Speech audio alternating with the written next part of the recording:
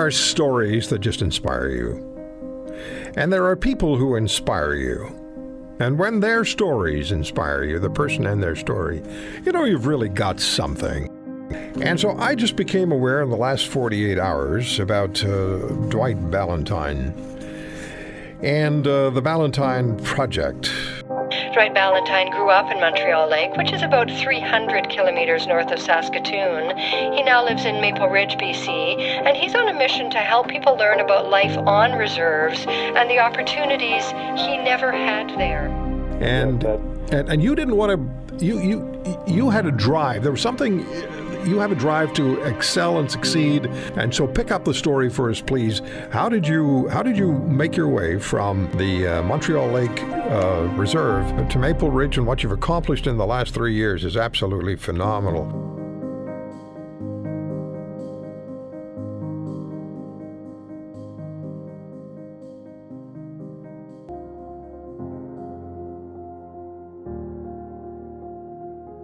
I grew up in Montreal Lake Cree Nation, a remote northern community an hour away from the nearest city.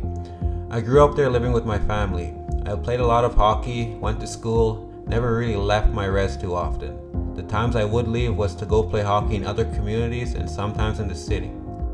The one thing about my community was that I was surrounded by my family and friends that would help each other out, but there was also challenges that I would face. There wasn't much job opportunities, but I was fortunate enough to get a part-time job with the local convenience store as a gas jockey. I say I was fortunate because not many teenagers had job opportunities, so I was lucky to have a job to support myself. Before I started working, I was getting welfare, $300 a month. Once I started working, I got cut off welfare and my paychecks were just over $300 a month. But I did it for the work experience. Even though I was supporting myself, it was still hard to be independent. Driver's instructors came to my reserve only once a year, and so many people were applying, so it took me 3 tries to get in. Most people would get their drivers at a younger age, but I didn't get my learners until I was 19. When I was growing up, I always imagined what life would be outside my reserve. Not many opportunities came my way, so it was very hard to imagine that, but deep down I always knew that I would leave my reserve eventually. I just didn't know how. During these times living on reserve, I've experienced a lot of good times with family and friends, but on the other hand, I also have had a lot of dark days. I don't talk too much about the dark days because many people on my reserve already know what it's like to be on the reserve. In the midst of all of this, I still wanted something, I just didn't know what it was. I have had a lot of days when I would drink and lose hope because I would always ask myself, what's the point?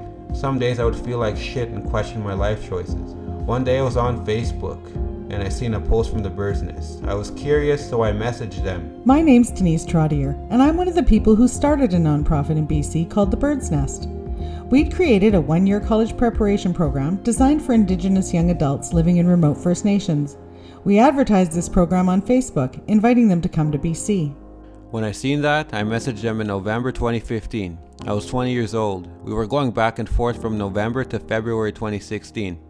I was supposed to go out to BC in July of 2016, but the Bird's Nest asked me if I was willing to come out to BC 5 months before the program started.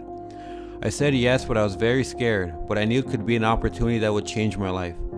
On February 16, 2016, I caught my first flight and headed to BC. Dwight was the second person to arrive in BC as part of the Bird's Nest. My husband Andy and I purchased a house near us where students would live, but we didn't get possession until July 1st, so in the meantime, we ended up with 6 of them living with us. Right from the beginning, we had a different connection with Dwight and knew he was going to be special in our lives.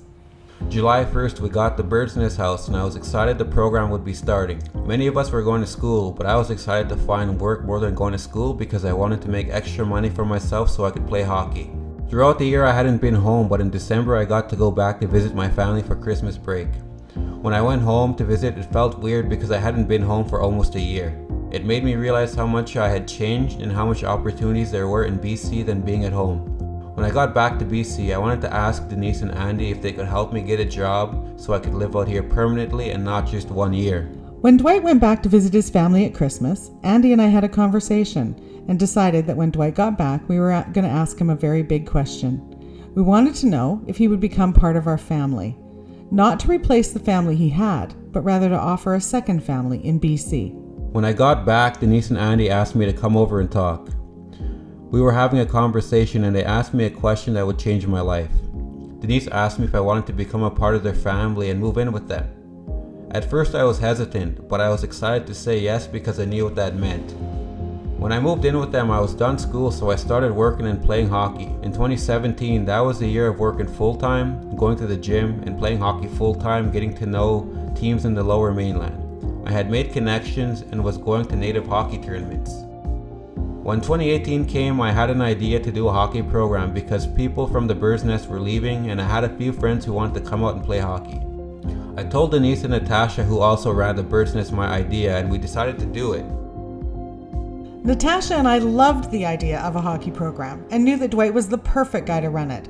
The three of us started making connections with organizations like Sport for Life and iSpark. We put together a plan to fund the program, and Dwight came up with a training regime.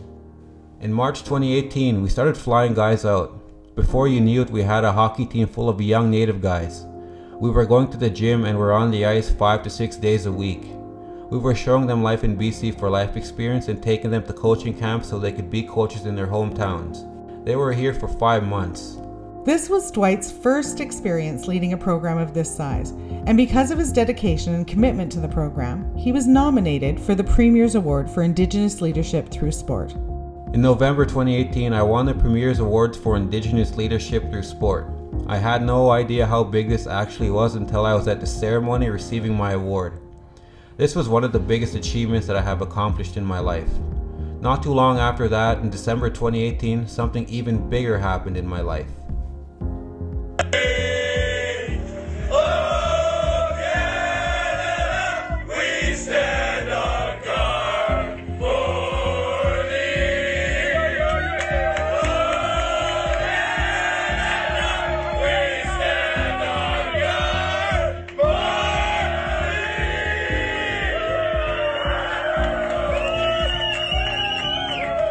That was a video of me and my teammates celebrating our gold medal win in Europe, where I got to represent Team Canada in an international hockey tournament. This was by far the biggest achievement in my life.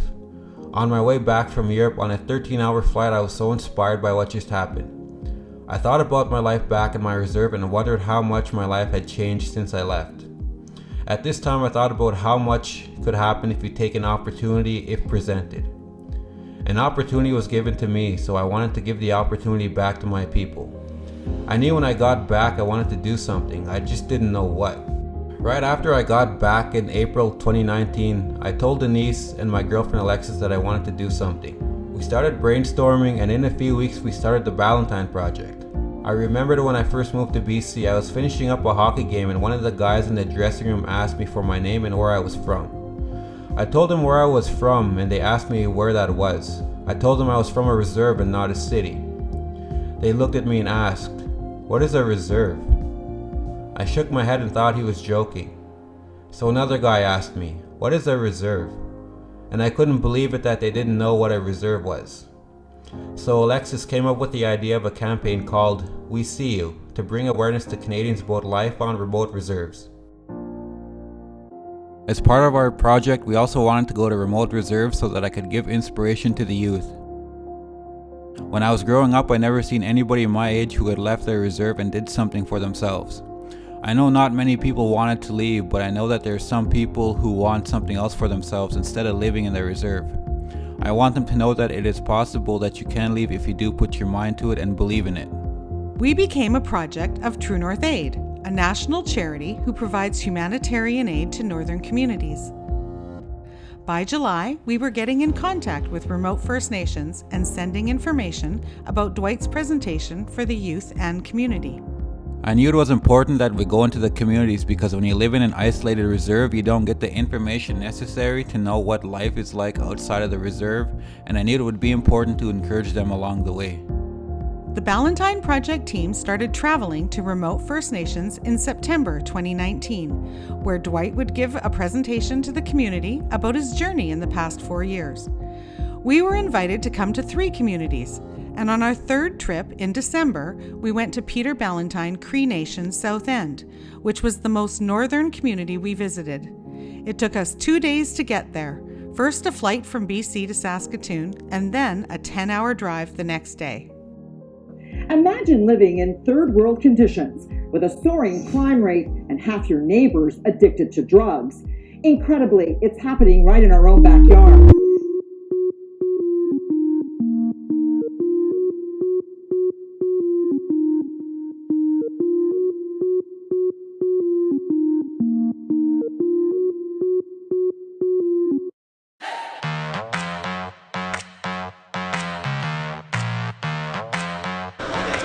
Calgary, sitting in a premium spot.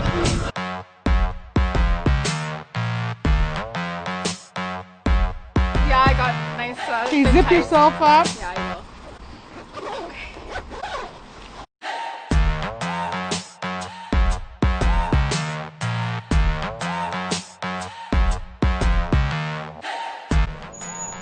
Last time I checked, it was minus 27. So let's get this going.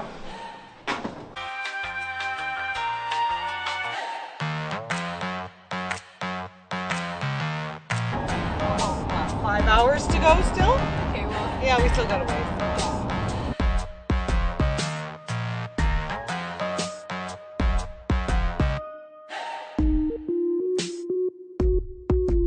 If I take some CDs, just don't sell. I bet my cabbie will.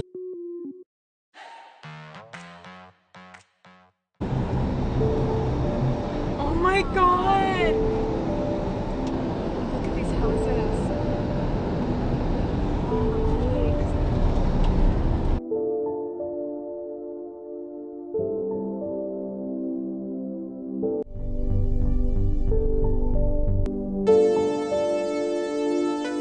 So this is why we created the Ballantine Project and travel to remote First Nations.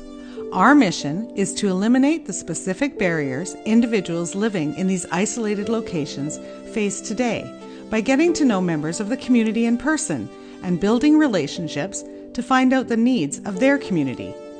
When we travel to these remote communities, Dwight and Noelle are able to share their personal stories and their experiences of overcoming different challenges than those living in urban areas with the Indigenous youth and young adults living there. This opportunity allows them to receive mentorship and encouragement from Indigenous leaders outside of their community and to break some of their self-limiting beliefs they currently hold and bring hope and opportunity where otherwise there may be none. 2020, we decided to start presentations for middle and high school students about life on remote reserves. I talk about my experience growing up, the traditions and cultural activities that I participated in, and the challenges that I faced. I also talk about how one opportunity can change anyone's life the way it changed mine.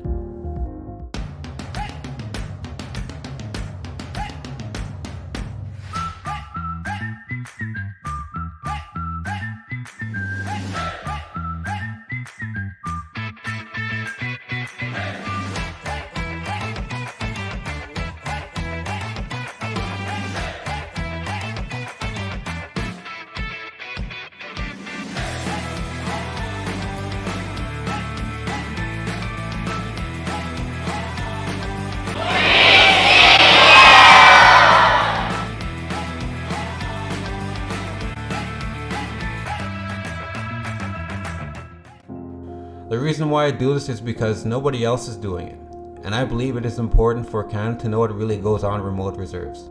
Also because my people are considered invisible, and I want to break those barriers and let them know that they are seen. The Ballantine Project team has accomplished so much since April 2019, and we are now in the place where we have a clear vision about what we are trying to accomplish with our We See You campaign. By Dwight sharing his story with both the youth living in remote First Nations as well as youth in urban settings, we know that this is the most powerful way to effect social change. What we need now is people to join us because we know what we have managed to do with just our small team. And we want to show Canada what can happen if we all just join forces and do something. One.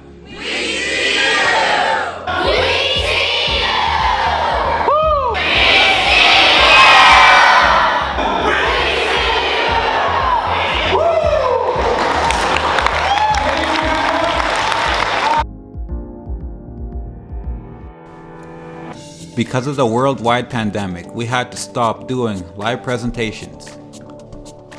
We are now turning it into an educational video series for teachers to use with their students virtually.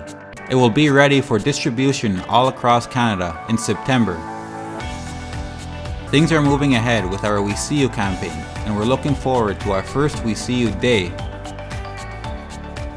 on January 11th, 2021.